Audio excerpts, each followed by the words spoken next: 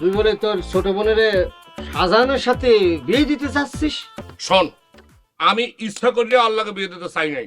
Situation এবং পরিস্থিতি আমাকে বাধ্য করছে এই বিয়ার ব্যাপারে মানে একটা ঘটনা ঘটানোর জন্য, অন্য কোনো কারণ না। তোর কি মনে হয় ইডা কি সঠিক সিদ্ধান্ত হচ্ছে? আমরা তো বুঝাইস না দি, যেখানে আমার মায়ের রাজি, যেখানে আমার বুইনের রাজি, এবার পুলিশও চাইতেছে জিনিসটা সলভ করতে, হ্যাঁ না আমার অরাজি হওয়ার দরকারটা কি? দেখ রে মকর, তুই কিন্তু আরেকখান ভুল করতে যাচ্ছিস। কিরম বল? আমি তো সব জানি রে, সব জানি।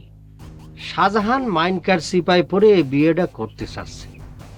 বিয়েটা হওয়ার পরে তোর বোনের আমি নিশ্চিত একদণ্ড শান্তি দেবে না, বরঞ্চ জ্বালিয়ে মারবে। তখন তোর ভাই হিসাবে কেমন লাগবে কত?